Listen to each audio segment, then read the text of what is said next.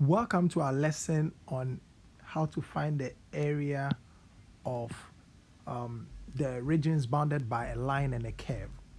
Right, so to help us to understand what we need to know from this topic, I have three questions that we are going to solve. So this is the first question, then we will also consider this question, then lastly, we will sketch and then find the area. All right. So in these first two, I sketched it for us, but this last one, all of us will sketch it. Okay. So let's begin. The first question. We are to find the area of the region bounded by the curve and then the line and the y-axis. So the curve, the line, and the y-axis, we are talking about this, okay, this place. That is what we are talking about. Okay, so now let's solve it. Right, so this is 2, this is 0, okay, so we can integrate from 0 to 2.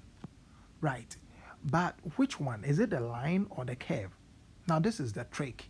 You use the one which is on top first, then you subtract the one which is below second, okay? So clearly this line is on top of this curve. So we write the line first, and the line is 14, okay? Minus the curve. What is the curve? 3x squared plus 2, okay? So this is what we have, dx. So we can simplify what is in there. And that would be 14 minus 3x squared minus 2, okay, dx. And that will also be 14 minus 2, that is 12, minus 3x squared dx. So we can now integrate, and that will become 12x minus 3x cubed over 3 from 0 to 2. Right, so this 3 will take care of that. So we have 12x minus x cubed. All right, so we input 2 first, and then later on we will input 0. Okay, so we are done with the 2 minus, when you input 0, you get 0. And this is 24 minus 8, and that will give you 16 units squared. So this value is 16 units squared.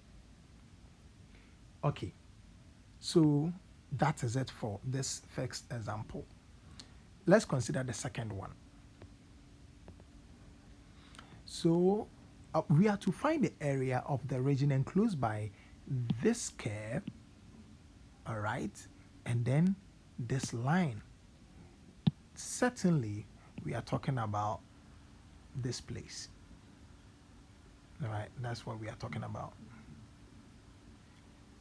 So there are a few things that we need to know. For example, what is the value of x here? What is the value of x there? Okay, we need to know so that we can integrate. Let's say this is A and this is B, so that we can integrate from A to B, all right? So that is what we should be looking forward to. All right, so how do we do that? Well, for one thing, the curve and the line are crossing, so we can equate and solve for x. So let's equate. When we do that, we have 1 is equal to 1 plus cos x. And that would mean that cos x is equal to 0. All right? Now the cos inverse of 0 is cos inverse of 0, that is pi on 2. Okay, so certainly this is the positive side, so it's pi on 2. Now you might think, then what is the other x value? Well, The cosine curve is symmetric along the y-axis. So the value here is the same value here, just that is the negative value. Okay?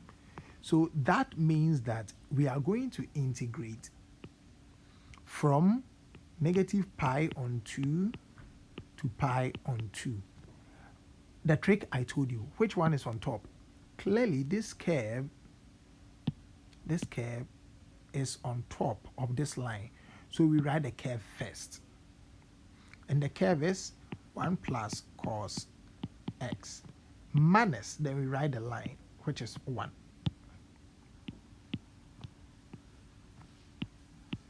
Right, but this and that will cancel out. So it means that we have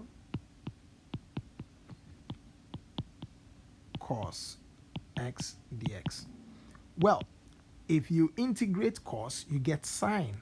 So it means we have sine x from negative pi on 2 to pi on 2. So that means that we have sine pi on 2 minus sine negative pi on 2. Now sine pi on 2, you can use your calculator to verify. That is 1. Okay? Minus sine negative pi on 2, that's negative 1. So it means we have 1 plus 1, and that gives us 2 units square. Okay, it's area, so always bring the unit square.